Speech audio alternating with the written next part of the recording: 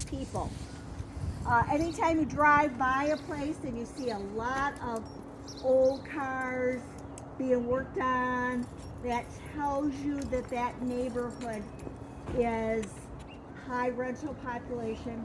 High rental population leads to decline because you don't have the ownership investment. So when you walk around the house, you start all your showings on the outside, weather permitting. You look at the grading. Is the water, and we're going to go over to this side of the condo here.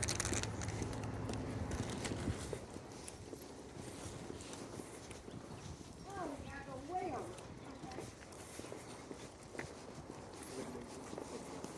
Yeah. So you look at the grading.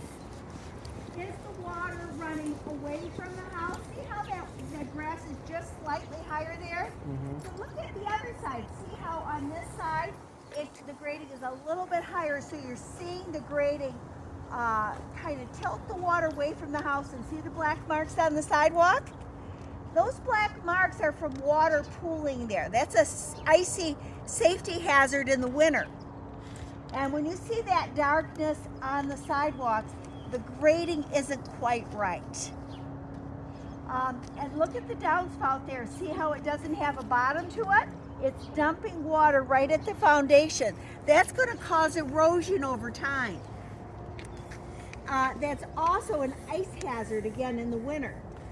So you look at the gutters, you look at the downspouts, you look at the elevation, and those things tell you whether you're going to have a water problem on the inside or whether that the elevations were done to invite water away from the house instead of inviting water to come in the basement. 95% of all water problems in the basement are improper grading. Okay? So we're not going to, because this is a condo and I don't want to freak out these older people, we're not going to go around the back, but you do the same thing in the back. Look at the patios. Are the patios, is the water running towards the patio or away? Grading is critical.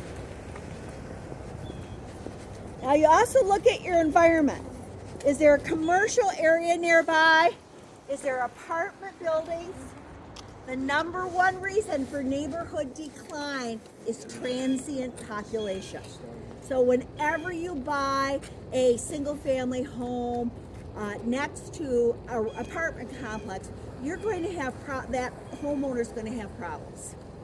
So transient people do not have an investment in the neighborhood. That makes sense? Okay. And I just see Lovis. Here, Lovis. Good morning. Good morning. Welcome. Okay, so we've kind of talked a little bit about the issues on the on-site, but now listen, you see here you have an asphalt driveway. Asphalt, when the earth settles over the, during the winter, the earth moves and it freezes and compacts and expands. Asphalt, when it cracks, you can go over with the second layer. Cement, not so easy. So on the surface, I would say to myself, well, asphalt's better than cement. But when you walk on asphalt, your shoes pick up chemicals. Those chemicals, when you walk into the house, will discolor the carpet and the linoleum or vinyl flooring. There's a chemical reaction with the shoes. So in that site, asphalt isn't so nice. So you just need to know the pluses and minuses. Also look at your roof. Are there trees hanging over the roof? Pine trees, maple trees, that sap will drip on your roof and will prematurely age the roof. Is the roof full of mold and mildew, or are we having or all those things age a roof prematurely, or is it nice and clean like these houses are? Okay. And then look at the cracks in the driveway. Look at the cracks in the sidewalk. Hopefully there aren't any. But usually when you see a driveway that's all busted up, that's because somebody's moving truck drove on it. Moving trucks just kill driveways. Also, if you see a lot of busted sidewalks or stoops that are heaved, that is a water erosion problem. The cement will break if nothing's under it. And so when you see a sidewalk that's cracked, you see a stoop that's settled, that was because of improper grading again. Okay, I think we're ready to go inside. That's happy. Footies, and they were very slippery. I was worried people were going to fall, and I threw them all out. So get them with grippers on them, because you wouldn't ever want anybody to fall. Okay, so we're inside now, and get as many lights as you can on. And this house does not have a lot of lighting. This is an inside condo, so you don't have windows on the walls there, only in the front and the back. And because the driveway's in the front, the only place you have windows in this condo are pretty much in the back of the condo. It's a very nice condo. So now look at the nuts and bolts of the house. Now this house was built in, I want to say 1999. So before I went out and I show a house, I get the listing card. Now I have here for you a flyer. This would be what you give to your customer. Something like this. This is from MLS. When you're meeting them at the house, it has your marketing information on it. But the next sheet in your pile is the flyer on the house itself. And you'll notice at the bottom, this is the agent version of the MLS. You'll notice at the bottom I highlighted agent notes. Sometimes there is confidential information in those notes that is not meant for public broadcast. We are supposed to be giving our clients the copies that don't have the agent's notes in it. Now, I know I always end up giving the one with the notes, but you do want to look at those notes before you hand it to them. Maybe there's something there that the seller wouldn't appreciate the buyer knowing that is supposed to be for our eyes only. I also I read the listing card before I go out on a showing, and and I especially look at the age, because the age tells me the questions I should be asking of myself about the property. If it's 1970, I'm going to be much more concerned about the roofs and the structures than I am if it's 2000. If it's 2000, I know that everything that hasn't been replaced needs to be replaced, because your furnaces and your roofs all last somewhere around 20 years. And if they haven't been replaced by now, they sure need to be. That age kind of tells you what to look for. But I dig deeper. Not only do I read the seller's disclosure statement before I look at a house, I don't read it with my buyers typically. I also go to the previous listing card. I pull that listing card, I look at the price that people bought it at, I look at the age, and most of the time, if the house was bought in the last 10 years or so, there's a seller's disclosure from when they bought it. Now, my personal habit is when I list a house, I ask the seller what all the capital improvements were in the last 5 years.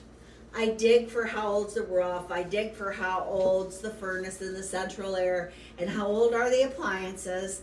I dig for that, and on my listing cards, if you ever look at my seller's disclosures, you're going to notice the year those appliances were put in, the years the furnaces were put in, and you're also going to notice that I wrote down whether it was a gas or electric stove, because I'll never remember. And you know, most of us don't, and that saves a phone call. Because if people like gas, they ain't going to use electric. So I gather all that information before I go out on a showing. So when I go to that house, I already know a lot of the history of that house, which has a huge impression on a buyer when you've already educated yourself on the house. So I don't look at it that I'm just letting them in and see if they like it. I'm educating them on what they're looking at, setting myself up as a professional that they can trust to point out things to them. And that is how I capture so many buyers. If I'm out showing homes, I'll get referrals to show other buyers because I'm pointing things out. I am bringing value into the transaction. But not only that, when I run into a problem with the house, many times I've already pointed it out and we've already handled that problem prior to the inspector getting over there. Because I don't want the inspector to notice there's a water problem when I didn't point out to my folks, look at the grading, the water's being invited into the house. If it doesn't leak now, it will. And so I don't have very many sales fall through because I'm identifying the problem areas prior to ever writing that offer. Does that make sense to all of you? That's why a newer agent will have more sales fall through, because you don't have the history of heading it off at the pass. So your historical working, even though it takes a little bit of extra time, oh my gosh, on the back end, the problems you do not have, because the expectations of the buyer are where they should be. When they write the offer, they know what's coming at them like a Mack truck. Now, that's not to say I still don't do inspections. It's not to say that I still don't miss things. I do, but I had many, many things off at the pass. So now we're going to look around the house. You're going to point out things to your clients. You're going to point out whether the cupboards are original or not. If they've been painted, you're going to point that out to people. A lot of times on our high-end houses, we'll see painted cupboards. And I always make a note to my clients that, yeah, the covers are painted, which means, you're going to have to maintain that. Paint chips, right? It's gorgeous, but it chips. You want them to know what they're buying. If they love the house, they're still going to buy it anyway. But you give yourself credibility when you point out things. Point out the age of the appliances if you can tell. If they're original appliances, how long do typical appliances last? Most of them less than 10 years, except the stove. Stoves will go a lot longer. But how many times do people move in and all appliances kick off at the same time because they were all bought at the same time? That's just part of life. Prepare your people. What color is the trim? Now you look at the wood trim here, that's a standard builder's grade. That's not the real hot item right now. Everybody likes the big white thick trim, but that is real durable stuff. You hit it with your vacuum cleaner and it's not going to dent. I think it's oak. And that stuff's solid, but that's just a builder grade trim, nothing fancy, but good solid trim. So let's go into the bathrooms. And these are things I look for in bathrooms. Can't put it in there. Dan, you coming? We're here. Okay. Notice that okay, let's look at the shower head. Notice in this bathroom that the surround around the tub is significantly higher than the spray from the shower. Now what that means is that when you're taking a shower and that water bounces up, you're not going to have as much rot on the drywall as you would in a normal basement or bathroom where it's maybe only a couple of inches up. When you see I don't see many surrounds this high. That's a place builders cut corners. But I warn my people that that is a problem area. I've also gone into bathrooms where they'll tile above it. That's brilliant too. But that exposed drywall on a house built before the last 10 years is just prime for mildew and rot. This is that was redone. Yeah. Yeah. You don't see this very often. Now, with that said, the new coat on drywall is a much heavier drywall that is very water resistant. So if it's a newer house, you're not going to have that problem. But when you're looking at a house over 10 years old, you will. Okay?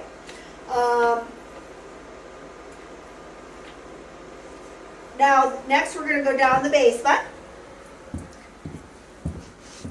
Oh, and as you're looking at the house, look at the carpets. Again, the lighting in this house isn't the best. I think we can get the lights on here. There we go.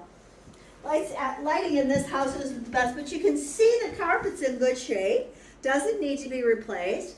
Your folks, when they buy a house, they need to have an idea of what it's going to take to get it fresh. And this house is in really, really good shape. So somewhere around here are the stairways. I think they're this way.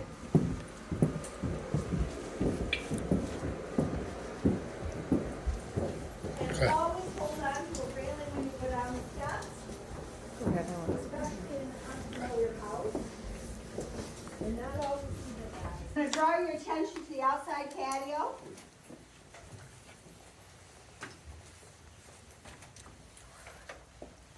I want you to point your camera over that way, Dan. I want you to show that dark mildew. That is surface water runoff that is not being properly rooted away from the house. See how that gutter, it pushes the water away from the house and asks it right back? That is a grading issue. The grass is higher than the patio. It's inviting the water to pool. And then you're getting the mildew. That is real slippery over there, I'll guarantee it. So obviously, hopefully when it was first built, it was graded properly, but after having settlement over how many years, right? So there's a solution to come back and regrade at some point in time? I don't think it was properly graded. In the very beginning? Yeah, so when you build a house, the builder does what they do a final grade. I think that's an oxymoron. Builders do not do final grades. They call it a final grade, but I would not call it a final grade because they do not properly elevate the landscaping to have the water run away from the house. They just are not doing that. I think that is the impression we all have. Certainly the impression I had for many, many years. But as I look back over my life, every house I looked at, there was little to no attention paid to the grading next to the house. That becomes the homeowner's issue. And quite frankly, most homeowners don't think about it. They just, looks good to them, they put in the flowers and the shrubs and invite the water in. And that's probably what happened here. I think that grading was just like that from day one. And that is not untypical. So when you sell a brand new house, tell your folks that the builder's grading is not really a final grade. It is a final grade overall. Look at how that yard is graded before you close. Make sure that the contour will allow the homeowner to plant landscaping in such a way that it runs away from the house. I've seen brand new houses where the yard is higher than the sidewalk, and you know that the water's going to come in, or they're going to have constant ice problems. So just look at those things. Advise your clients that they are responsible for their landscaping grade, and that is the real thing that keeps water away from the house. So I used to be a landscaper, and if I remember the numbers right, you add an inch of earth every 10 years from mowing. So when you mow, your clippings go down, they biodegrade, become more soil, and so it continually builds up. It's about an inch every 10 years. So if a place is 3 years old, that grade could be 3 inches higher than it was, or 30 years old, could be 3 inches higher than it was originally. Unless the homeowner is picking up the clippings. Right. Well, that's a good thing to know. Yep. I knew that added to it, but Yep. I didn't know that was it. So that would be something to advise your clients too, that it's naturally gonna raise unless they pick up the clippings. Yep. Let me think, that is all I can think of on that issue, but that's really good. I think the soil is supposed to be 18 inches higher next to the house than it is 2 feet away. It's supposed to go like that. I think it's 18 inches. And you don't see that very often. Nope. And it should be, because that's for proper water runoff. And over time, it'll erode, and you have to do it again. So we're gonna go in the furnace room.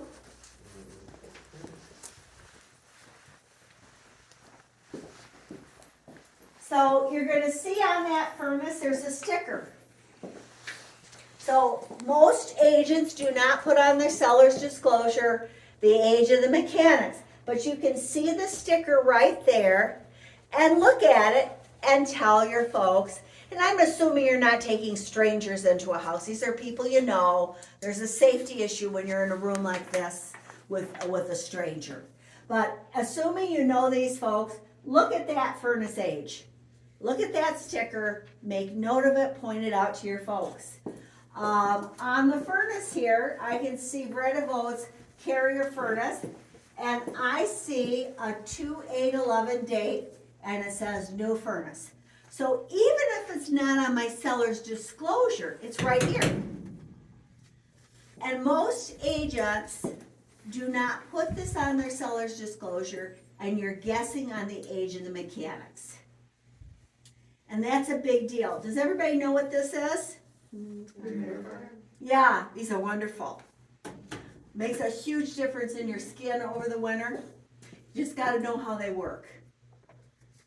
But it makes a great difference.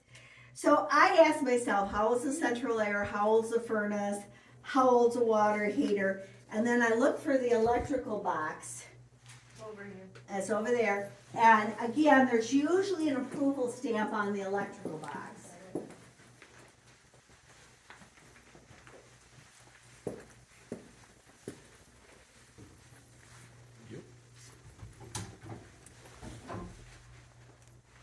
And you can see the date it was approved.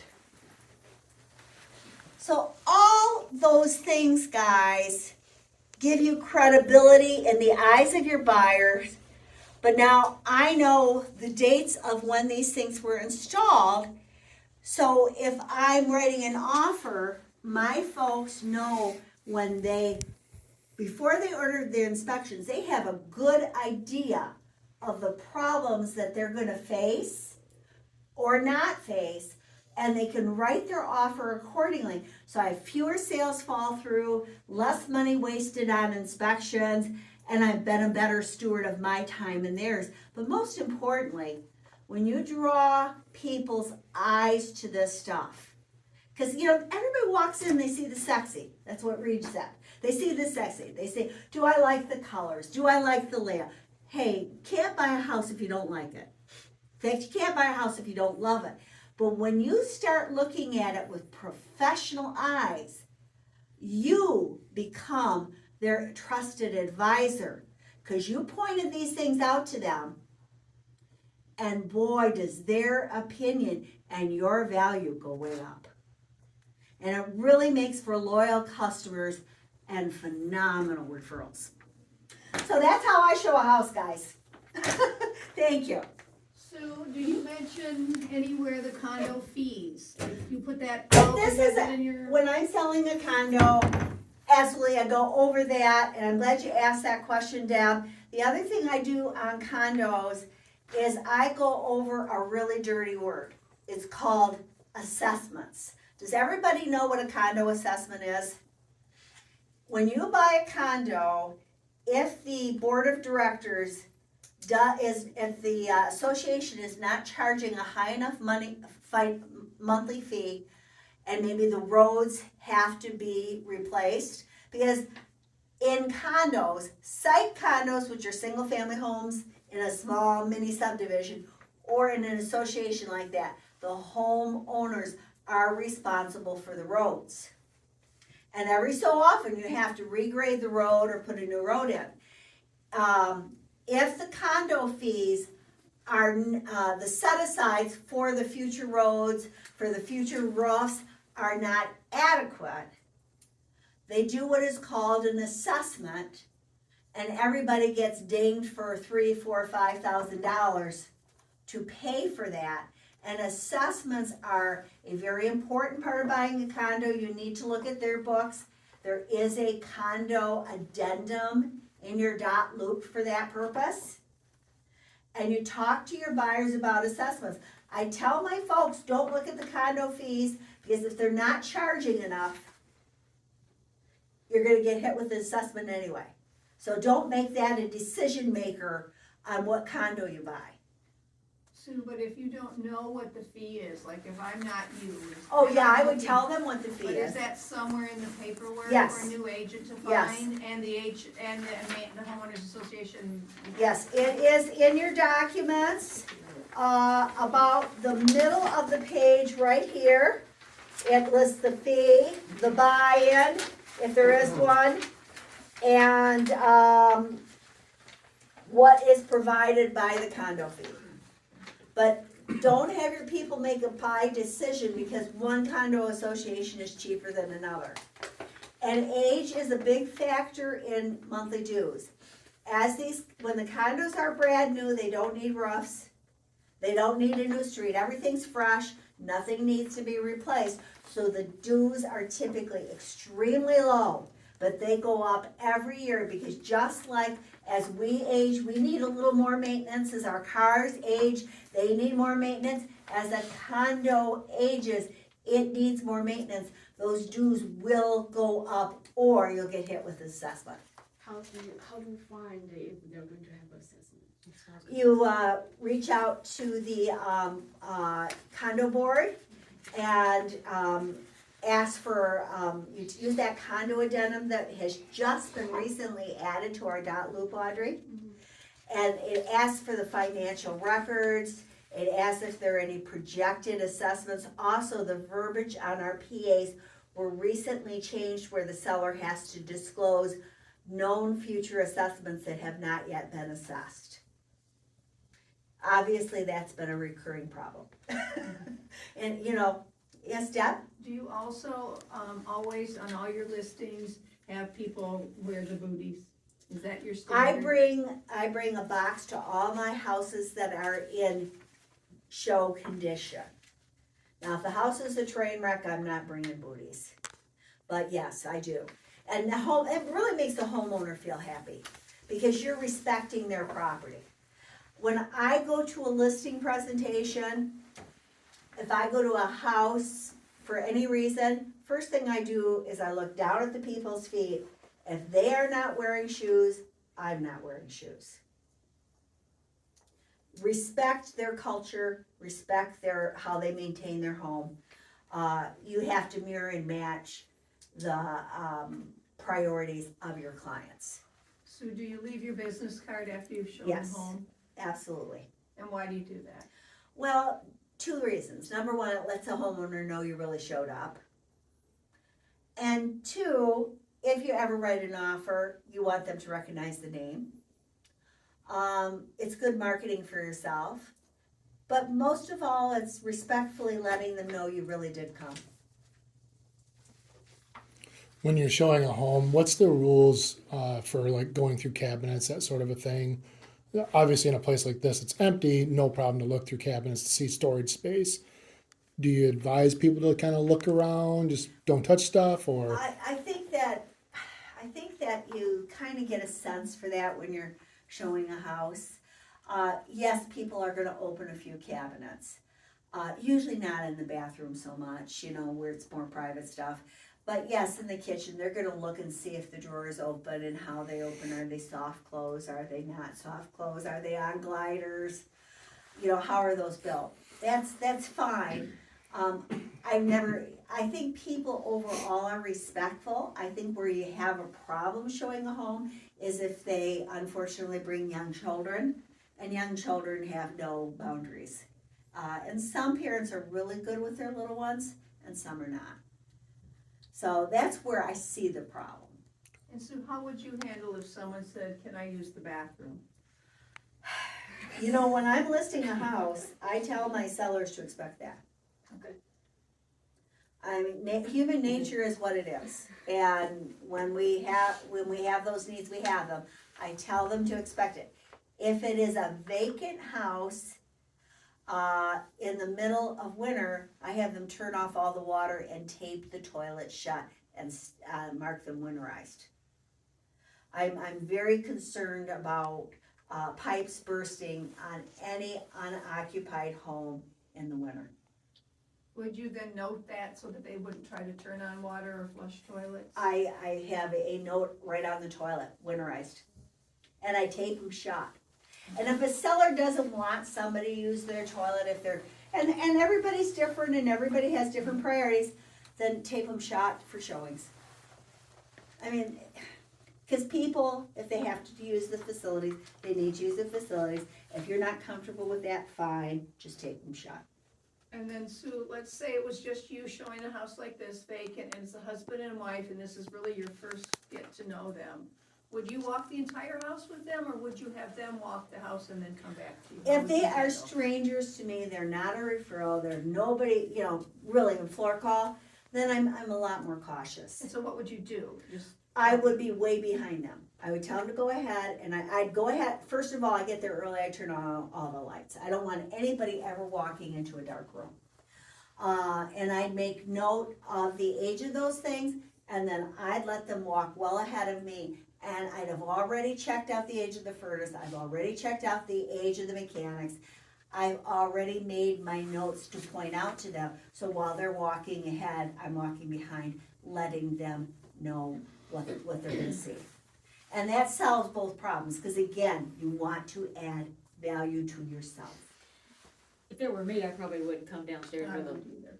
If, just personal, if it were me and I didn't know them, I'd be like, invite them to walk down here and I'll meet you back upstairs, feel free to look around. Well, You know what I mean? yeah, and if I'm trying to capture a client, I want to be, and they're strangers, I'm gonna be well behind them, but I'm gonna have that information for them. Yeah, Lisa? Especially for vacants, but even in the case where the sellers are still in and you arrive a little bit before your buyer does and you have to wait for the seller, do you go in before the buyers even get there to flip on everything? Oh, and look absolutely, it and over? open the shades and the drapes, if the house feels like a tomb. There's so many people, they shut every shade, every drape, and when you're getting pictures, you want those windows coverings open. There is a handout in Dot Loop about how to prepare the house for the photographer.